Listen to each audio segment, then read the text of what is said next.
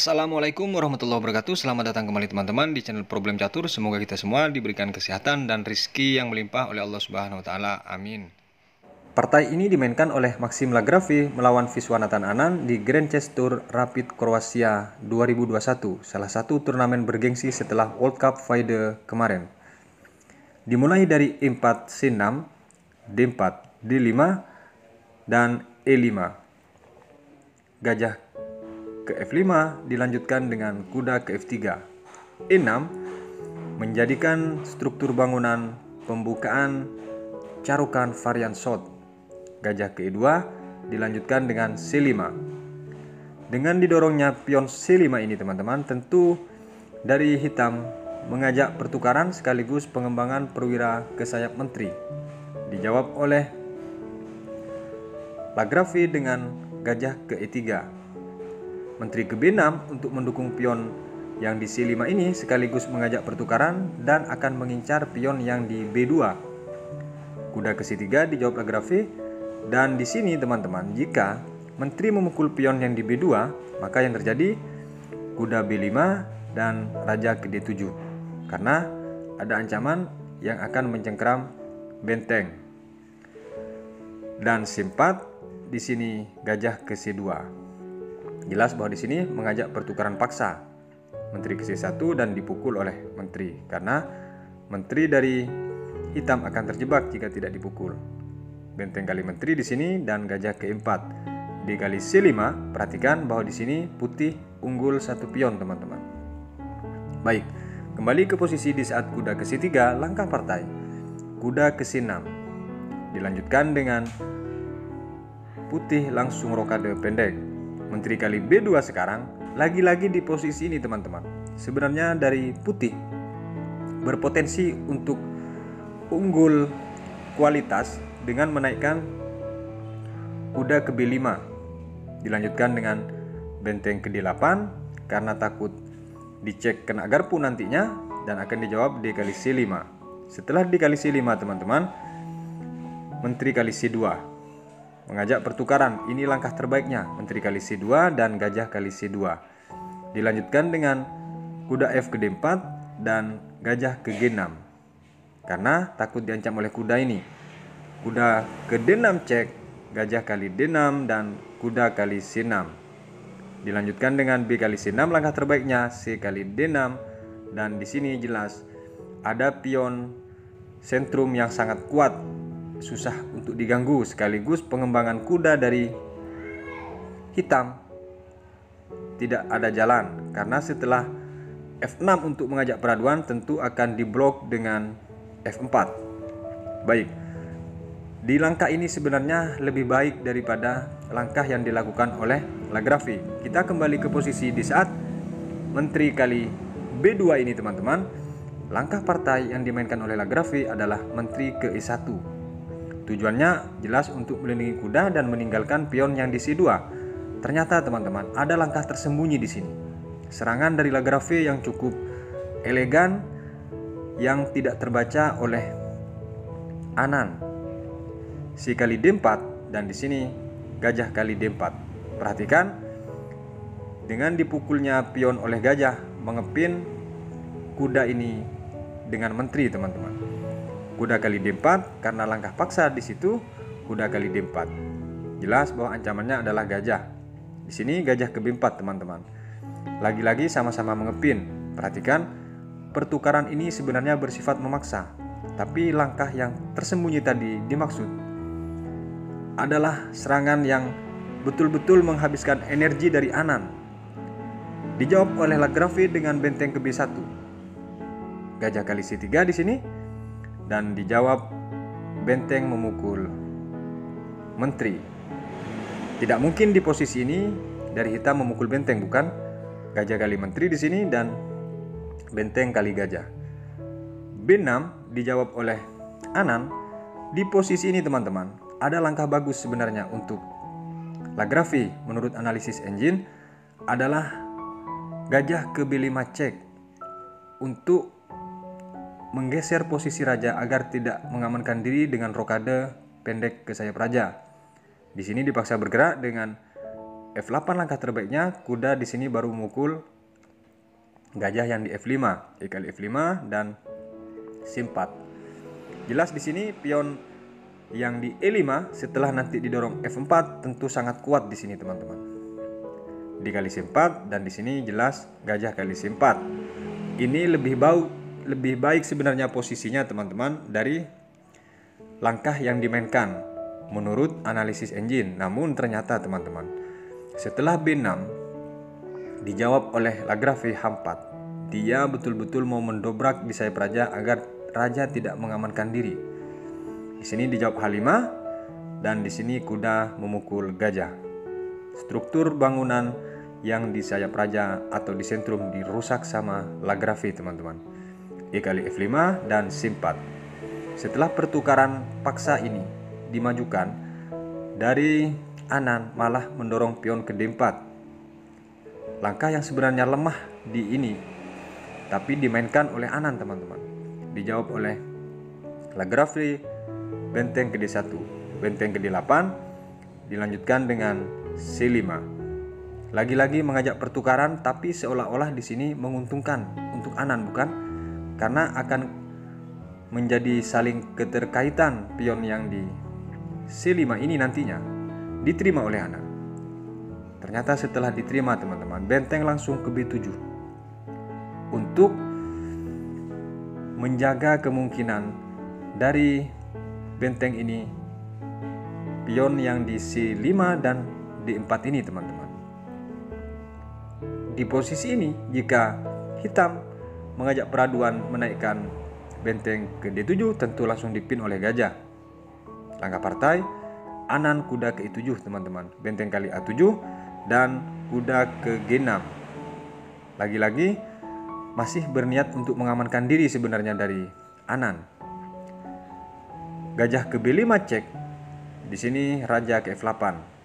Sedikit demi sedikit perwira atau raja dari hitam sudah mulai terasing teman-teman. F4 dilanjutkan dengan langkah dari Anan adalah benteng ke H6. Mungkin perhatikan teman-teman, jika dari hitam tertarik dengan pion yang di F4 ini, maka yang terjadi adalah gajah ke C4. Ancamannya jelas bahwa pion F7 bukan? Kuda ke E6 untuk menghalangi langkah itu akan datang benteng ke B1. Terisolirnya posisi F7 ini dari perlindungan hitam tentu akan membuat desakan. Raja ke G8 berniat untuk mengurangi tekanan dan akan mengeluarkan benteng yang di H8 ini, akan datang benteng ke B7. Jelas bahwa targetnya adalah F7. Benteng ke F8 dilanjutkan dengan gajah memukul kuda. Ini kalau tidak dipukul tentu ketinggalan satu perwira, bukan? Ketika dipukul maka langsung checkmate.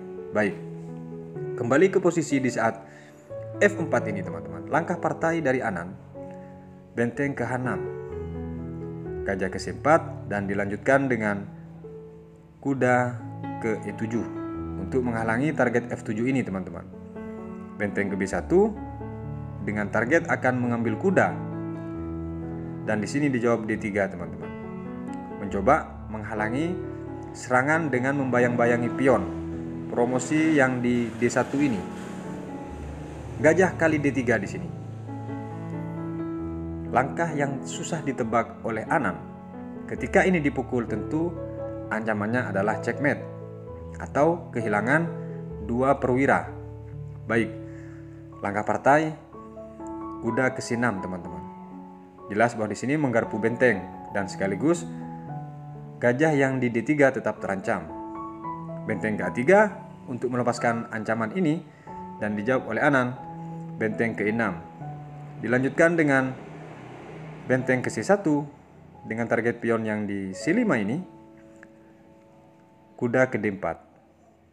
Dan di sini dijawab dengan memukul pion yang di C5. Satu pion sudah ketinggalan dari Anan. Benteng ke E7 dilanjutkan dengan benteng A ke C3. Setelah disusun benteng ini, dijawab benteng E ke D7 teman-teman. Lagi-lagi mengajak pertukaran atau dengan maksud sama-sama menyerang ini teman-teman. Benteng ke C8, dan di sini jika benteng kali C8 teman-teman, benteng kali C8 dan raja ke E7, benteng ke A8 dan dilanjutkan G6, langkah terbaiknya di sini akan datang A4. Pelan tapi pasti promosi menteri yang susah dihindari. Baik, kembali ke posisi di saat benteng ke C8 mengajak pertukaran. Langkah partai kuda ke F3 cek. Sama-sama penuh implikasi jebakan di sini. Raja ke F2 tidak memukul dengan pion, sekarang baru dipukul. Benteng memukul gajah yang di D3 teman-teman. Di sini langsung dipukul benteng yang di D8 cek. Suka tidak suka harus meninggalkan D3 ini benteng dari hitam. Benteng kali benteng di sini baru dipukul dengan raja kuda yang di F3. Benteng ke D2 A3. Pelan tapi pasti promosi menteri ini yang di lajur A susah dihindari. Raja ke E7 di sini dan G3. Raja ke E6 di posisi ini teman-teman. Jika A4 maka akan datang benteng ke A2. Tentu di sini kemungkinan pion ini akan gugur teman-teman dari serangan benteng. Baik, kembali ke posisi di saat raja ke E6 ini, langkah dari Lagrave adalah raja ke E3. Dengan diancamnya benteng, dia langsung turun ke D1 teman-teman. Benteng ke D3 mengajak pertukaran dengan akan ada promosi di lajur A ini. Dia menolak dengan ke A1 mengancam pion. Dan disinilah pelan-pelan dari Lagrave masuk ke permainan akhir dengan tempo yang sangat tinggi. Raja ke D4 dan raja ke D7. Dilanjutkan dengan raja ke C5 dan sekaligus cek teman-teman, raja ke C7. Benteng ke C3 dan benteng ke D1. Jelas di sini tidak diberikan celah untuk hitam. Kesalahan dari Anan adalah menempatkan benteng di posisi atas ini, bukan di petak yang di lajur 8 atau 7 teman-teman. A4 dijawab oleh Lagrave, benteng ke D2. Jelas di sini mengintip kemungkinan langkah terbaiknya adalah benteng akan ditempatkan di A2 teman-teman. A5 tidak dipedulikan oleh Lagrave dan benteng ke A2. Raja ke B4 sekaligus cek, dilanjutkan dengan raja ke B7. Dan di sini dijawab benteng ke A3 teman-teman. Jelas di sini mengajak peraduan paksa. Benteng ke C2 lagi, dilanjutkan dengan A6 cek. Memaksa raja ini harus sembunyi di A7. Dan langkah Anan betul-betul sembunyi di A7 teman-teman. Raja ke B5 dilanjutkan dengan benteng ke C1. Dia mencoba mengatur tempo dan berharap pion yang di A6 ini gugur. Di posisi ini teman-teman, satu langkah dari posisi ini, dari Anan menyerah. Kemana langkah Lagrave yang membuat menyerah itu teman-teman? Adalah benteng ke D3. Di partai teman-teman. Ini dari Anan menyerah. Kenapa kok bisa menyerah? Mungkin itu pertanyaannya. Ini langkah terbaiknya adalah benteng ke B1 cek. Akan datang raja ke C6. Setelah di sini raja ke C6 akan dijawab benteng ke G1 teman-teman. Untuk mencoba mengancam pion yang di G3. Karena jika dipukul di posisi ini pion yang di A6 tentu ancaman checkmate. Baik. Benteng ke G1 langkah terbaiknya benteng ke D7 cek. Raja dipaksa untuk memukul pion dan di sini pion yang di F7 dihabisi satu-satu. Setelah benteng ini mukul G3 langkah terbaiknya E6. Perhatikan, promosi susah untuk dihindari atau dibendung. Benteng ke E3 dilanjutkan dengan E7. Benteng ke E4 mencoba mengatur tempo di sini raja ke D6. Dilanjutkan dengan benteng ke D4 cek dan raja ke E6. Setelah raja ke E6 dengan mengancam pion, benteng ke E4 lagi, tentu satu persatu pion yang di F5 dan seterusnya akan habis. Kenapa dia menyerah di posisi benteng ke D3? Karena jelas bahwa tidak ada kemungkinan untuk bisa lolos dari tempo yang dimainkan oleh Lagrave. Makanya Anan langsung merebahkan raja. Baik, sekian dulu, semoga bermanfaat dari kedua Grandmaster ini untuk pembukaan carukan ini teman-teman. Sampai berjumpa di video berikutnya. Wassalamualaikum warahmatullahi wabarakatuh.